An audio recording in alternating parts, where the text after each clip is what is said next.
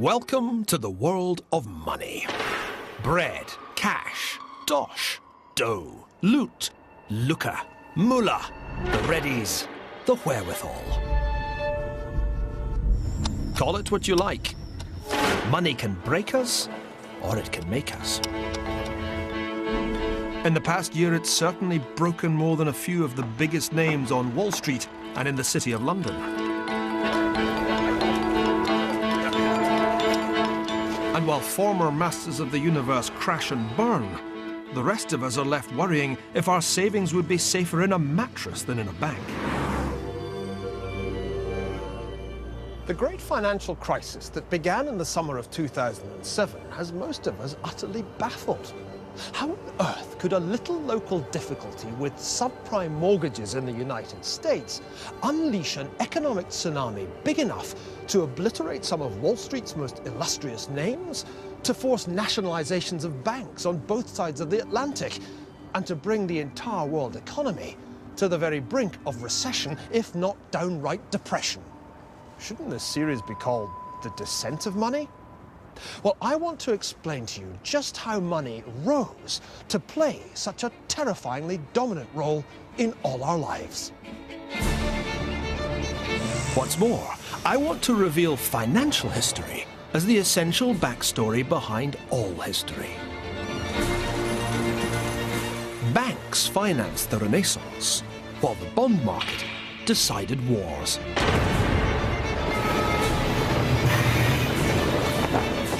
Stock markets built empires, and monetary meltdowns made revolutions. From ancient Mesopotamia right down to present-day London, the ascent of money has been an indispensable part of the ascent of man. But money's rise has never been a smooth upward ride. As we'll see, financial history has repeatedly been interrupted by gut-wrenching crises, of which today's is just the latest. From the fluctuating prices of the homes we own to the high-speed industrialization of China, the power of finance is everywhere we look, and it affects all of our lives. But are you in on the secret? Do you know what causes a bank run, or a monetary meltdown, or a stock market crash? Can you tell the difference between a subprime loan and a prime loan? Well, I think these financial technicalities only really make sense once you know where they came from. And that's why financial history is of more than merely academic interest. Not knowing this stuff can seriously damage your wealth.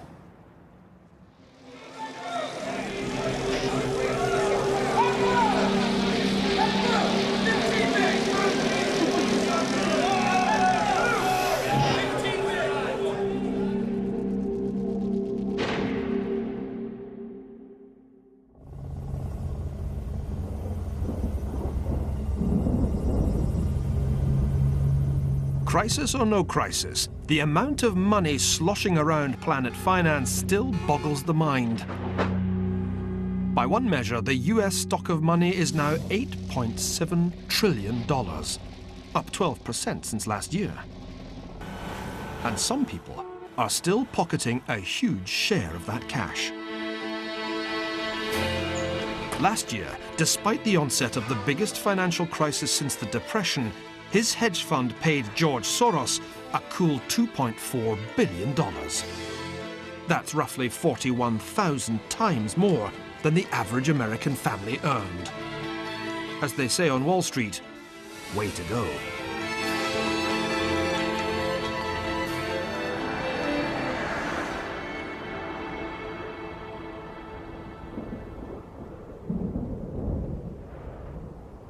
Now, however, imagine a world with no money. 500 years ago, the most powerful society in South America, the Inca Empire, had no real concept of money. The Incas appreciated the aesthetic qualities of rare metals. Gold was the sweat of the sun, silver the tears of the moon. Labor was the unit of value in the Inca Empire, just as it was later supposed to be in a communist society. But in 1532, the Incas ran into a man whose hunger for money had led him across an ocean. Francisco Pizarro and his fellow conquistadores had come from Spain to what they called Upper Peru, inspired by the legend of El Dorado, the realm of the gold-covered king. After defeating the Inca army at the Battle of Cajamarca, their quest began in earnest. At Potosi, in what is now Bolivia, the Spaniards struck it rich. They discovered the Cerro Rico, literally, the rich hill. Towering nearly 16,000 feet above sea level, it was a money mountain. In their 250 years of Spanish rule, more than 2 billion ounces of silver were extracted from mines like this one, 14,000 feet up in the Andes.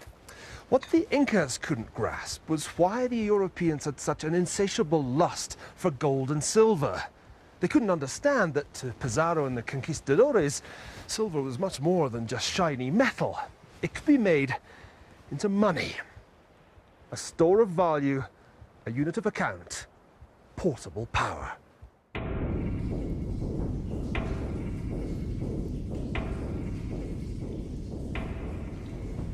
I must say, I find this place pretty harrowing. The Spaniards had a system of forced labor, which meant that every able-bodied male in the native population had to do a stint down these mines. And you can see why 1 in 8 of them didn't survive the ordeal.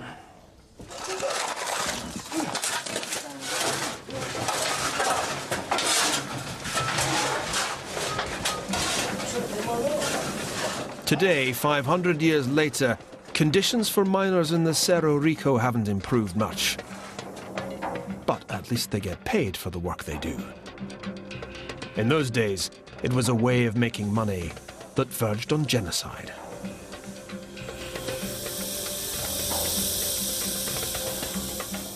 The silver ore was ground up, refined with mercury, and then shipped to Europe as bars and coins.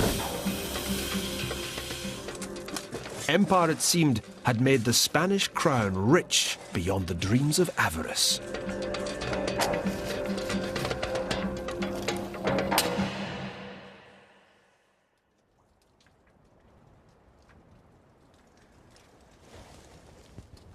And yet all the silver in the mines of Potosi couldn't halt the inexorable economic and political decline of Spain's empire. Why was that, when Pizarro seemed to have struck it so incredibly rich? The answer is that the Spaniards had dug up so much silver to finance their wars of conquest that the metal itself suffered an extraordinary decline in value. More silver coins didn't make Spain richer. They simply made prices higher as an increased quantity of money chased the same amount of goods. What the Spaniards didn't get was that money is only worth what other people will give in exchange for it.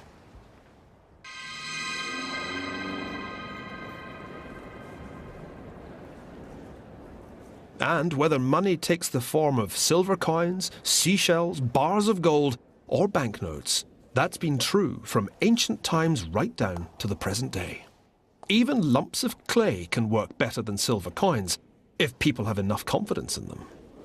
In ancient Mesopotamia, nearly 4,000 years ago, people used clay tablets like these ones to commit themselves to particular financial transactions. For example, this one, found a little southwest of Baghdad, specifies that a debtor will repay a lender 330 measures of grain on the harvest day. But this one's even more fascinating, because what it says is that a debt of 4 measures of barley should be repaid to the bearer of the clay tablet. And it's that idea of repayment to the bearer that really fascinates me. If the phrase sounds familiar, then it should. Just take a look at a £20 note. Banknotes have next to no intrinsic worth.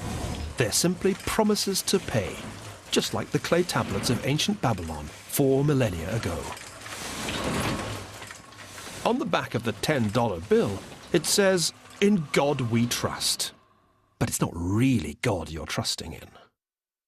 By swapping your goods or your labor for a fistful of these things, you're trusting the US Treasury Secretary not to repeat Spain's mistake and produce so many of the damn things that by the time you come to spend them, they're worth even less than the paper they're printed on.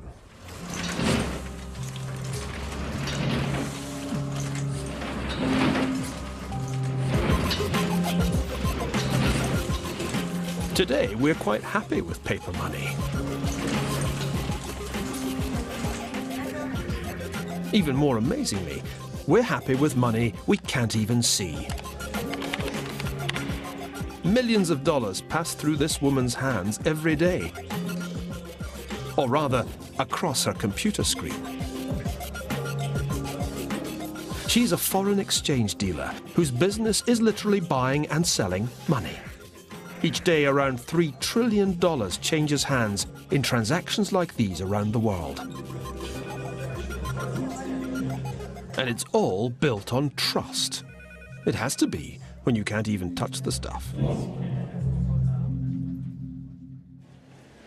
That's what the conquistadores got wrong. They failed to see that money is about trust, even faith. Trust in the person paying you the money, trust in the central bank issuing the money, trust in the commercial bank that honors the check. Money isn't metal, it's trust inscribed, and it doesn't much matter what it's inscribed on. Paper, silver, clay, or a screen, provided the recipient believes in it.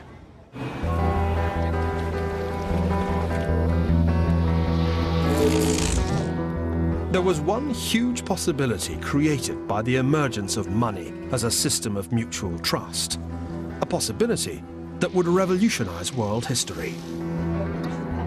It was the idea that you could rely on people to borrow money from you and pay it back at some future date. That's why the root of credit is credo, the Latin for I believe. Without the invention of credit, the entire economic history of our world would have been impossible.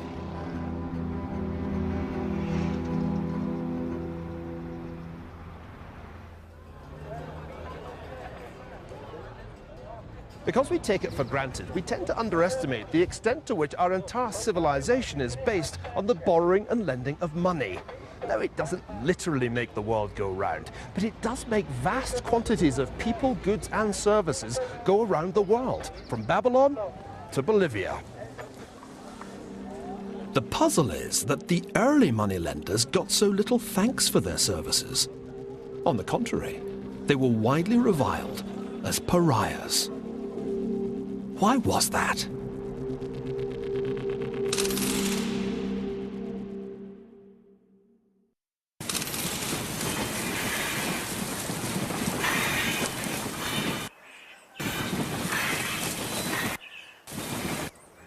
Welcome to northern Italy in the year 1200 AD. A land divided into multiple feuding city-states. A land where trust was in rather short supply. Among the many remnants of the defunct Roman Empire was a numerical system singularly ill-suited to complex mathematical calculation, let alone the needs of commerce. Nowhere was this more of a handicap than in Pisa, where merchants struggled to do business with 7 different forms of coinage in circulation. Even the simplest transaction could be a headache, requiring the use of an abacus. By comparison, economic life in the Eastern world, in the Muslim Caliphate or the Sung Chinese Empire, was far more advanced. To discover modern finance, backward Europe needed to import it. Enter a young mathematician called Leonardo of Pisa, or Fibonacci. The son of a Pisan customs official based in what is now Algeria, Fibonacci is best remembered today for his sequence of numbers that mimic the properties of nature. But the famous sequence was only one of many Eastern mathematical ideas that Fibonacci introduced to Europe with his path-breaking book, the Liber Abaci, the Book of Calculation. Even more important was his demonstration of the superiority of Arabic numerals over Roman numerals. And crucially, nearly all Fibonacci's examples related to business.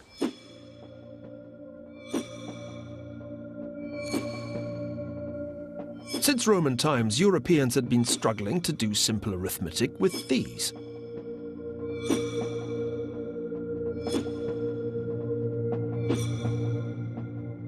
The Hindu or Arabic numerals made all kinds of calculation easier.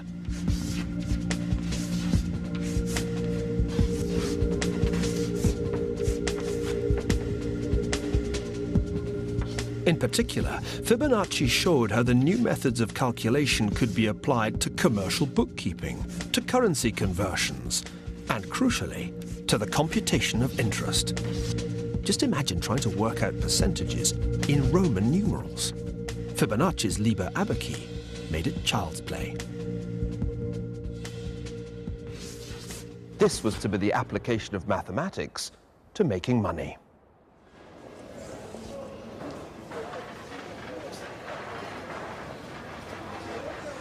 The most fertile soil for such financial seeds proved to be the Italian city-states.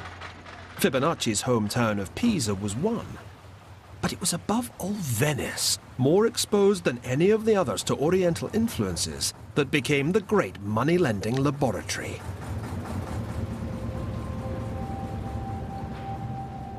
And the home of literature's most notorious moneylender, Shylock, in William Shakespeare's The Merchant of Venice. May you stead me? Will you pleasure me? Shall I know your answer? Crucially, Shylock's only prepared to lend the money if Bassanio's friend, the merchant Antonio, is providing the security. 3,000 ducats for 3 months, and Antonio bound. Your answer to that? Antonio is a good man.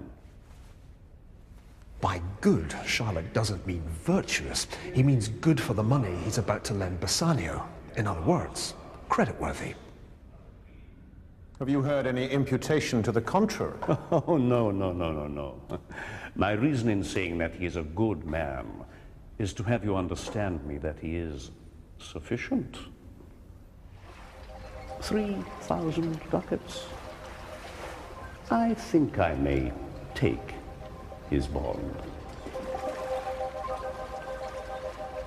With any loan, things can go wrong. Ships can sink. And that is precisely why anyone who lends money to a merchant, if only for the duration of an ocean voyage, needs to be compensated. We usually call the compensation interest, the amount paid to the lender over and above the sum lent, or principal.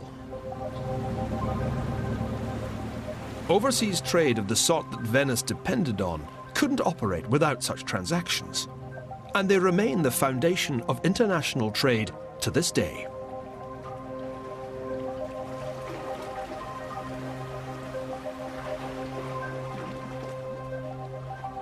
But why does Shylock turn out to be such a villain, demanding literally a pound of flesh, in effect Antonio's death, if he can't fulfill his obligations?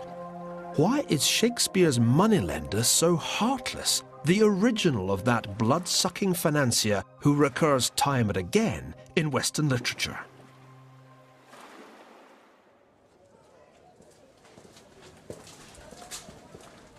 One clue is that Shylock is one of the many Jewish moneylenders in history. Jews who stayed in Venice for more than 2 weeks were supposed to wear a yellow O on their backs or a yellow hat, and they were confined to a special area which became known as the Ghetto Nuovo. This is the entrance to the Jewish ghetto in Venice, where Jews were obliged to live and indeed confined at night. Jews were tolerated in Venice, but for a reason. The key was that Jews could provide a service that Christian merchants were forbidden to do. They could charge interest on their loans.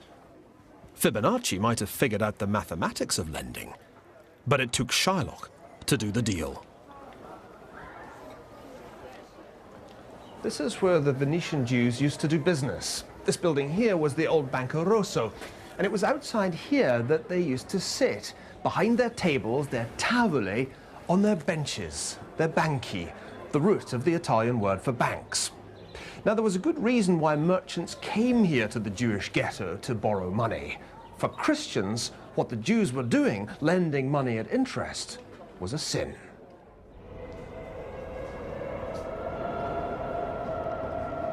The medieval church's laws against usury, charging interest on loans, were a major obstacle to the development of finance in Europe. After all, what God-fearing Christian merchant wished to risk the torments of hell?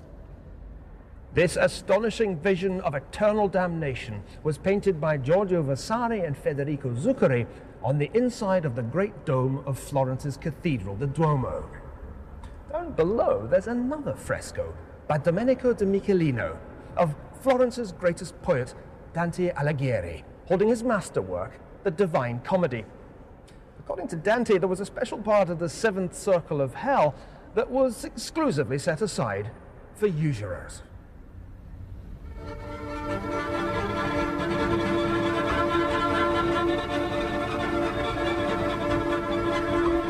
There, the moneylenders were eternally tortured with scorching earth and freezing snow, their necks weighed down with bulging purses. Jews too weren't supposed to lend at interest, but there was a convenient get-out clause in the Old Testament book of Deuteronomy, chapter 23. You weren't supposed to lend to your brother at interest, but to a stranger, well, that was a different matter. In other words, a Jew couldn't lend to a Jew, but he could lend to a Christian. The price the Jews paid for performing this service was social exclusion. Hence the ghetto, and hence the centuries-long association between Jews and finance, one of the few forms of economic activity from which Jews were not once excluded.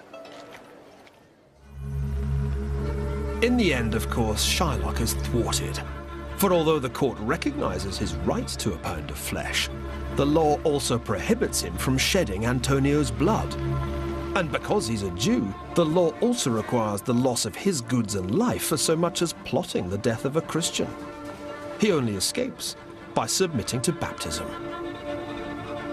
It turns out to be a risky business to be a moneylender. The Merchant of Venice raises profound questions about both economics and anti-Semitism. Why don't debtors always default on their debts, especially when the creditors belong to unpopular ethnic minorities? Why don't the Shylocks always lose out?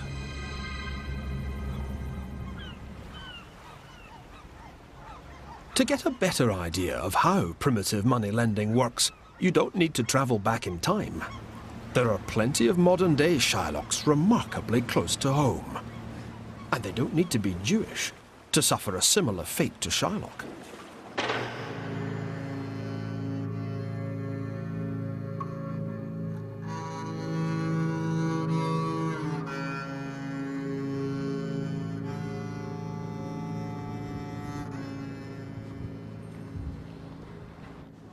This is Shettleston in the East End of Glasgow. It's actually where my grandmother used to live. And I think with its distinctive steel shuttering, it's one of the grimmest places in the whole of Western Europe. In fact, average male life expectancy here is just 64, which is slightly worse than Bangladesh. That means that the average Shettlestonian doesn't actually live long enough to collect his state pension. You might think nobody would be mad enough to try and provide financial services here, but someone does.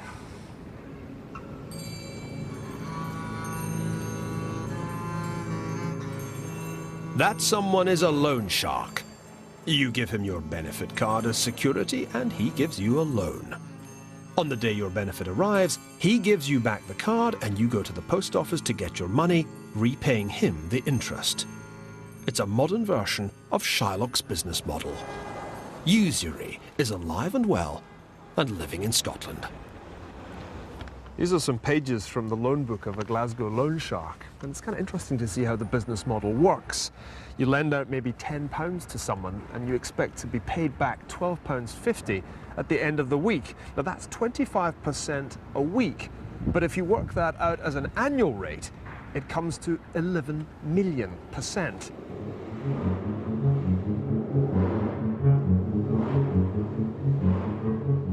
So why do people scraping by on just £5.90 a day pay such horrendous interest on loans? These surely are loans you'd be mad not to default on. Here in Glasgow, defaulting on your loan is highly inadvisable.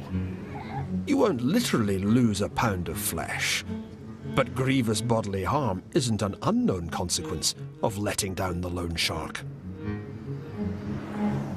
Quite simply, individual loan sharks have to be rapacious and ruthless because the costs to them of even a single defaulter are so high. And that explains why, from Renaissance Italy to modern Scotland, the moneylender is so often a hated figure. He's providing a service, but at a socially unacceptable price. So how did lenders learn to overcome this fundamental problem? If they were too generous, they didn't make any money. But if they were too hard-nosed, borrowers would eventually default. The answer was to get bigger and more powerful. It was time to invent banks.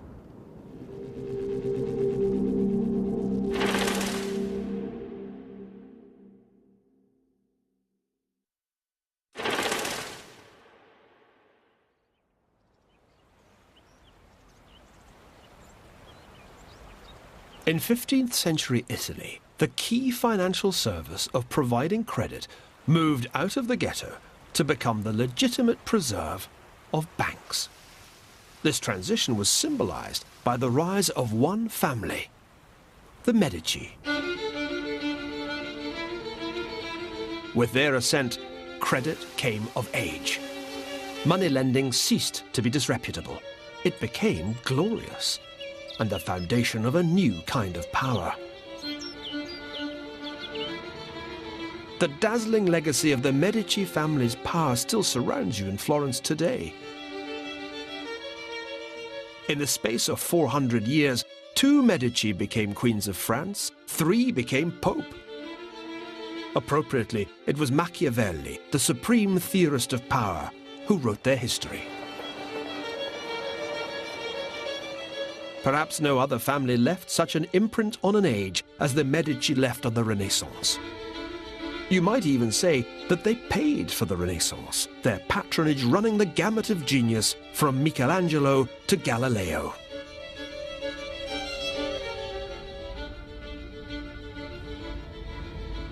And this, in the Uffizi Gallery, is the Medici's private art collection, one of the most spectacular ever assembled.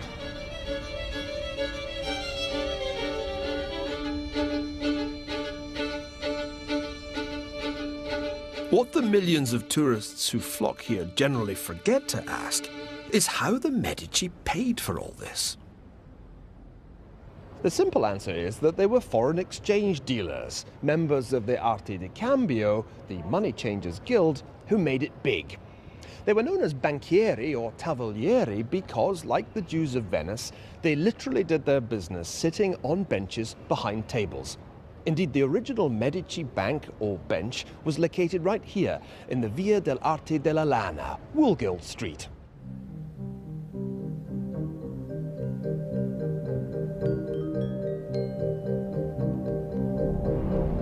Prior to the 1390s, the Medici were Florence's answer to the Sopranos, a small-time clan notable more for low violence than for high finance. In a 17-year period, no fewer than 5 Medici were sentenced to death by the criminal courts for capital crimes. Then came Giovanni di Bicci de' Medici. It was his aim to make the Medici totally legitimate. Part of the secret of his success was an ingenious bit of creative accounting that got the Medici off the hook of the anti-usury laws.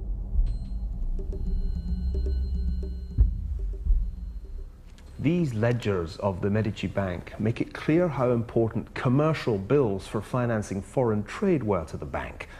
True, the church prohibited the collection of interest on loans, but there was nothing to prevent a shrewd trader from making money on transactions like these, which involved multiple currencies. There was no interest and therefore no sin, simply a commission deducted for the conversion of one currency into another. If money was advanced to a particular trader for any length of time, the commission was that bit larger.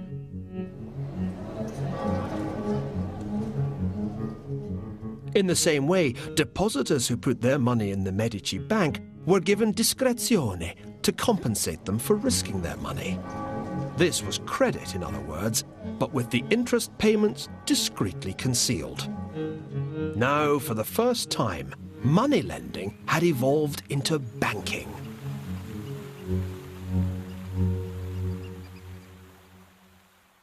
The real story of the success of the Medici Bank can be found here in the Libro Segreto, the secret book of Giovanni de' Medici.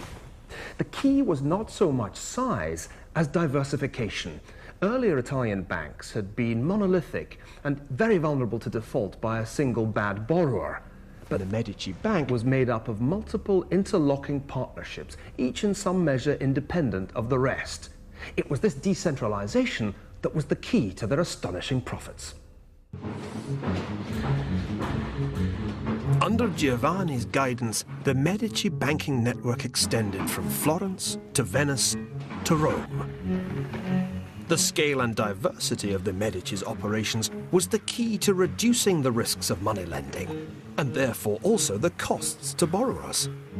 That's the essential difference between loan sharks and banks, between Shylock and the Medici. And here's the proof that it worked. Page after page of Giovanni's assets declared for tax purposes, and culminating in the grand total of 91,089 florins. In those days, that was serious money.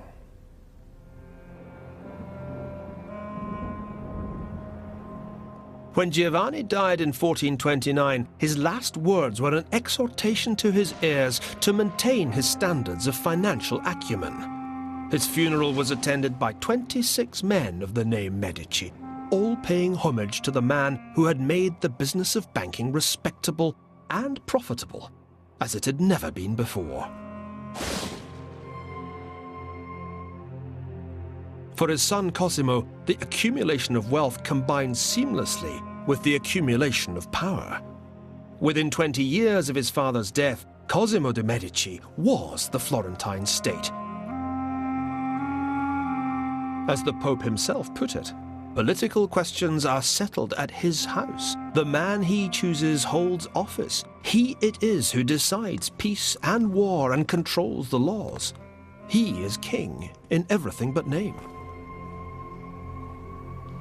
This Botticelli is mainly famous for the beauty of its young subject, but it's actually intended as a tribute to a dead banker, Cosimo de' Medici. That's him there on the medallion, and you can just make out the inscription Pater Patriae, the father of his country.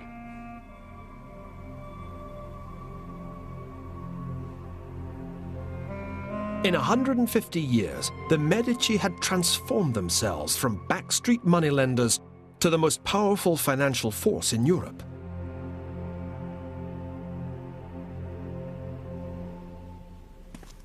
But it's this painting, Botticelli's Adorazione dei Magi, which more than any other captures the transfiguration of finance the Medici had achieved.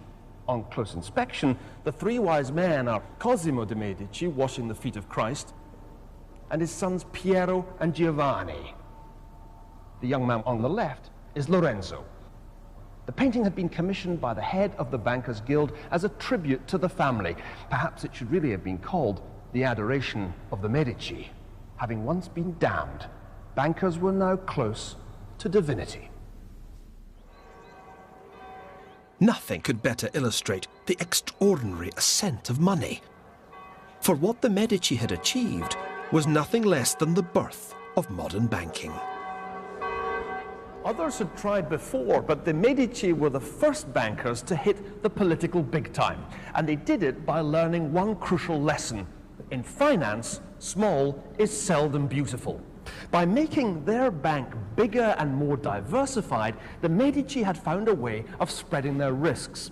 And by focusing on currency trading rather than just lending, they'd reduced their exposure to defaults by borrowers. For Cosimo and his family, it was a truly beautiful business model. Yet not even the Medici were invulnerable. The bank suffered heavy losses as a result of over-generous loans to blue-blooded debtors who felt no compunction about defaulting on their obligations and telling the bankers to get lost.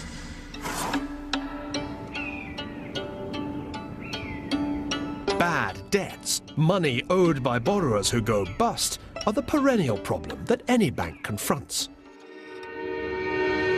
Yet for a time, it seemed as if modern bankers had solved this age-old problem. They really thought they were smarter than the Medici.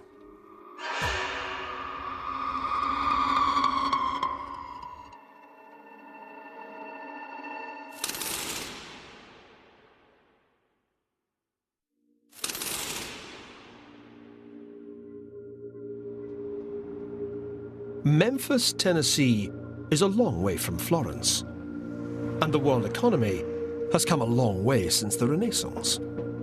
A crucial part in that transformation has been played by the spread of modern banking from its Italian birthplace to a country where money has increasingly taken the form of easy credit.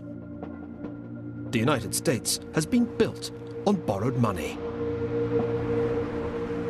But whereas the Medici tended to lend only to the relatively well-off, until the present credit crunch at least, American banks seemed willing to give just about anyone a loan. Memphis is famous for blue suede shoes, barbecued ribs, and bankruptcies. You can tell people here are a little, how shall I say this, a little subprime. You only need to look at the shopping mall for the seriously poor, and the ubiquitous no-frills eatery. Then there's a tax advisor who can tell you how to claim your low-income credits. A shop where you can borrow money on the equity you own in your car. And a place where they'll give you an advance on next week's paycheck. Not to mention a pawn shop the size of a department store. And finally, when you've no possessions left to pawn or to sell, there's just one option left, and that's to head on down to ZLB Plasma, where you can sell your own blood for $25 a pop. Talk about being bled dry. It's amazing, really, an entire economic sector based on people who are broke.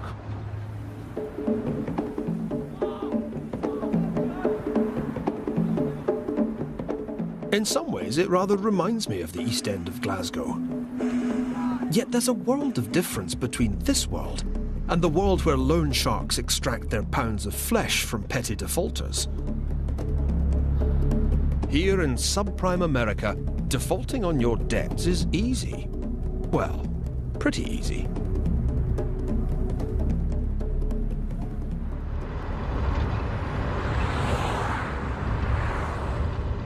This is Richie. He's in the repo business, snatching cars from under their owners' noses when they haven't made their payments.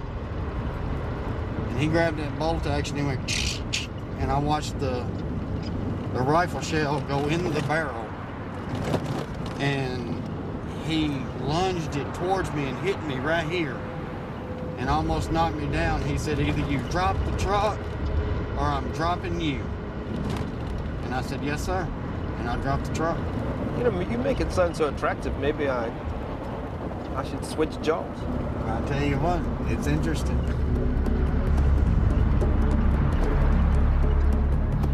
In the bankruptcy capital of America, repossessing cars is a routine matter.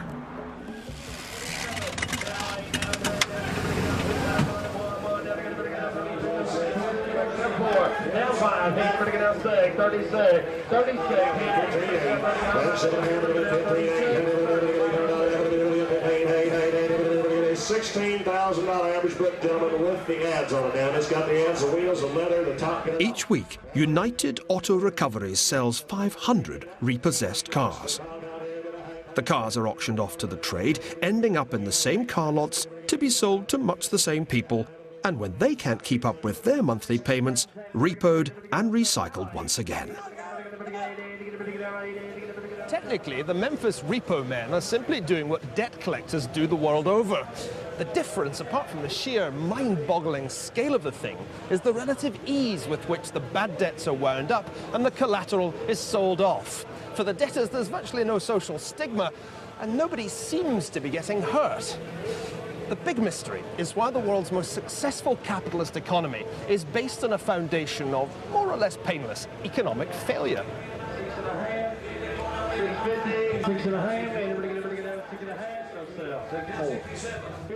Here in Tennessee, when the house has been stripped bare and the repo man has taken your car, you end up in the hands of one of Memphis's bankruptcy lawyers, along with around 13,000 other people who filed for bankruptcy here in the past year.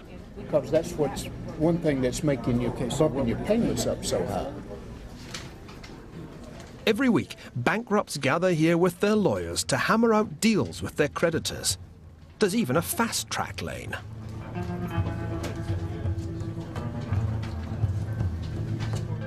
In this case, it's a mortgage, and it's a car or two cars. I can't see anything else in there that they're having to pay off. Actually, there are 3 cars. 3 cars. Yeah, third car is the neighborhood title loans has a lien on that car. They are holding the title. So, putting this really simply, what were they supposed to be paying, and what are they now paying? Okay. So that payment was reduced from $241.11 down to $107. Okay. Quite an improvement. Cutting your monthly obligations by more than half.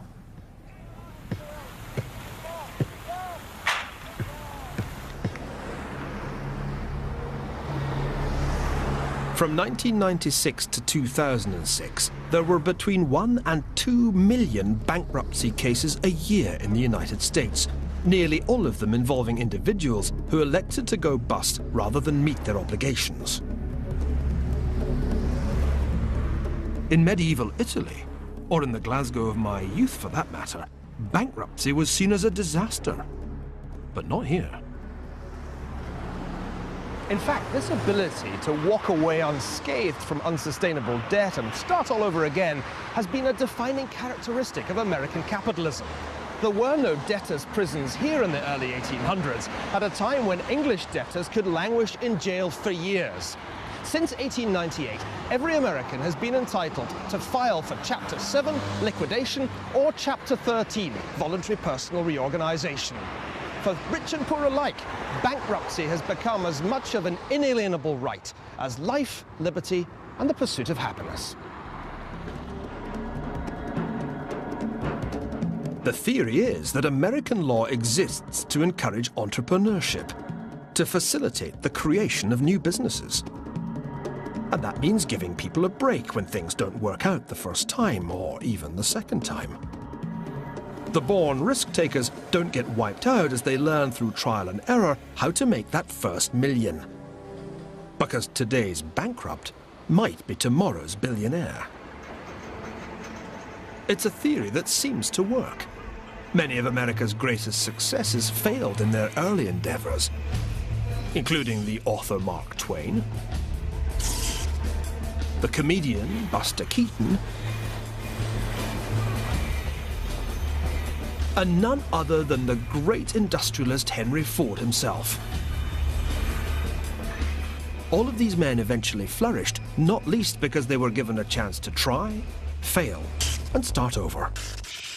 For their part, the banks simply assume that a proportion of the loans they make will go bad. After all, most people going bankrupt owe relatively trivial sums. And Chapter 13 doesn't wipe their debts out, it just reschedules them.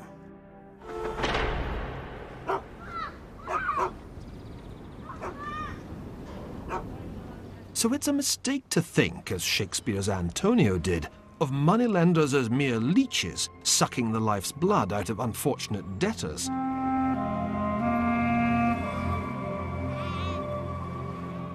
Credit and debt are the building blocks of economic development, but it takes banks to elevate that relationship beyond the tie between a loan shark and his hapless victim.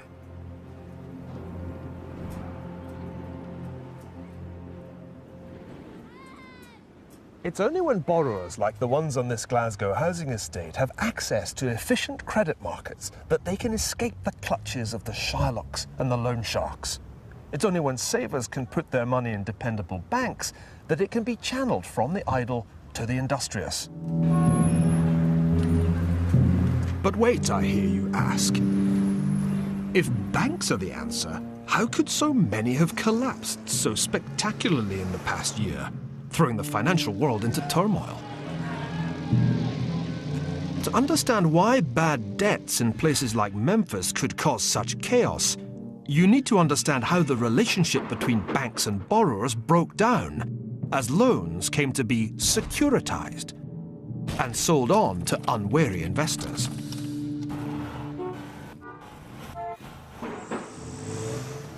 Once upon a time, being a banker was really rather boring. You lived by the 3-6-3 rule, which meant you paid 3% on deposits, collected 6% on loans, and were on the golf course by 3 o'clock. But in our time, banking became really rather too interesting. A whole series of financial innovations made it possible for common or garden loans to poor folks in places like Memphis to metamorphose into weird and wonderful things with names like collateralized debt obligations. Well, this financial alchemy, turning lead into gold or toxic waste into gilt-edged securities, was only possible because the ascent of banks was followed by the ascent of the second great pillar of the modern financial system, the bond market.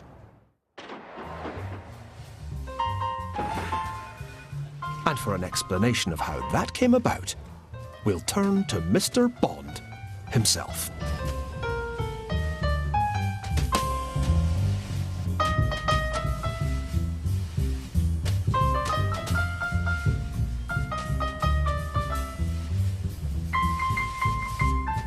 And there's more next week at 8. Details coming up. The accompanied book to the series, The Ascent of Money, The Financial History of the World by Niall Ferguson, is available now, priced £25. Kirsty, with a tale to tell about her own negative equity. Back with Phil on Location, Location, Location, a survival guide, next.